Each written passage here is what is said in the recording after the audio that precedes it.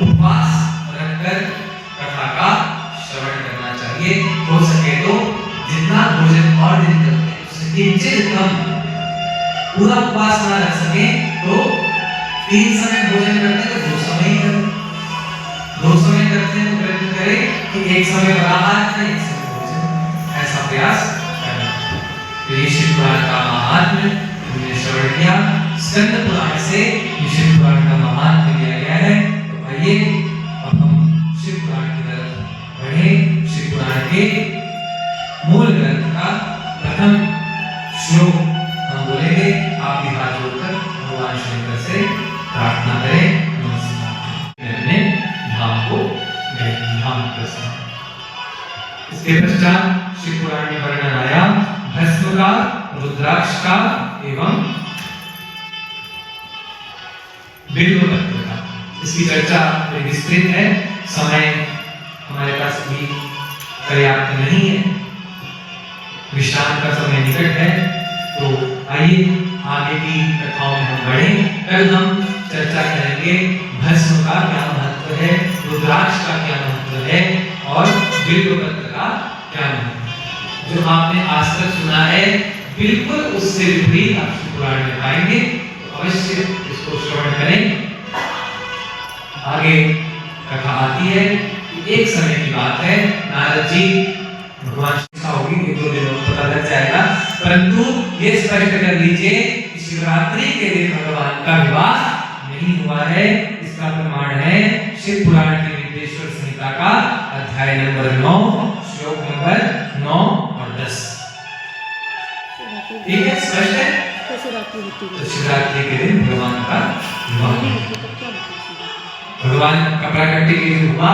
ये हुआ तमिलनाडु के तिरुवन्नामलाई में, अरुणाचल पर्वत के ऊपर, और भगवान का नाम हुआ अरुणाचलेश्वर। स्वरूप तो बहुत बड़ा था।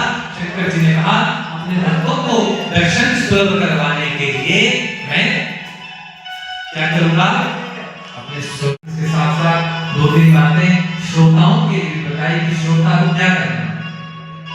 कहा कि श्रोता को दीक्षित होना आवश्यक है, बिना गुरु के गति नहीं है। और व्यास जी ने चाहे भागवत में, चाहे शिव पुराण में, चाहे देवी भागवत में, तीनों जगह ये बात मिलती है कि जो कथा श्रवण करने आए वो दीक्षित होकर, आप दीक्षित नहीं है तो व्यासपीठ में ही गुरु भावना करें कि हाँ ये व्यासपीठ ही हमारी गुरु। बिना गुरु के दीक्षित हुए कथा का श्रवण नहीं करना चाहिए।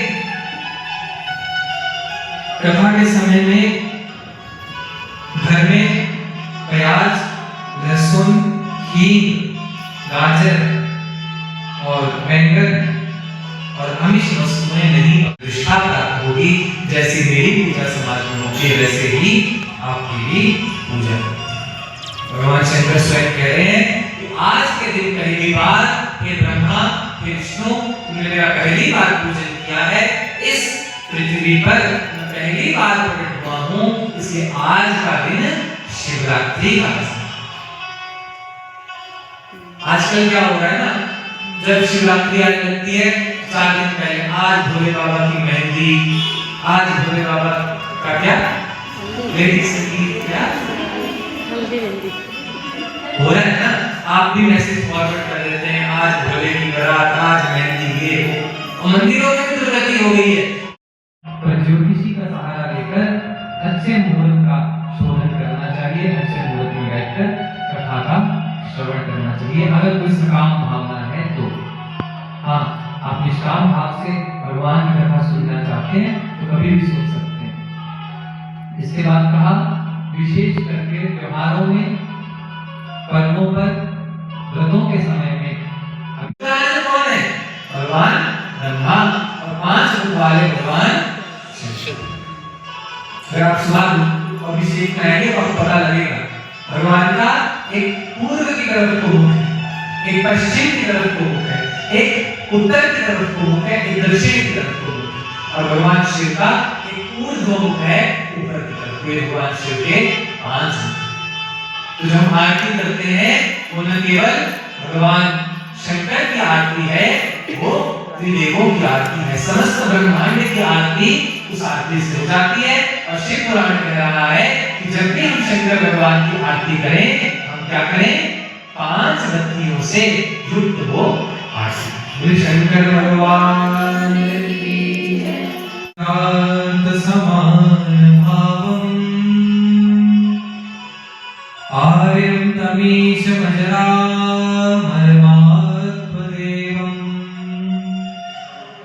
पंचाननं प्रबलपञ्चविनोदशीलम् संभावये मनसि शङ्करमं विकेशम्। श्री व्यास जी महाराज ने शिव पुराण का प्रारंभ किया। सबसे पहले शिव भगवान को प्रणाम कर रहे हैं, कह रहे हैं कि जिनकी तुलना, जिनके बराबर अन्य कोई भी इस संसार में नहीं है, जो 5 मुख वाले हैं और जो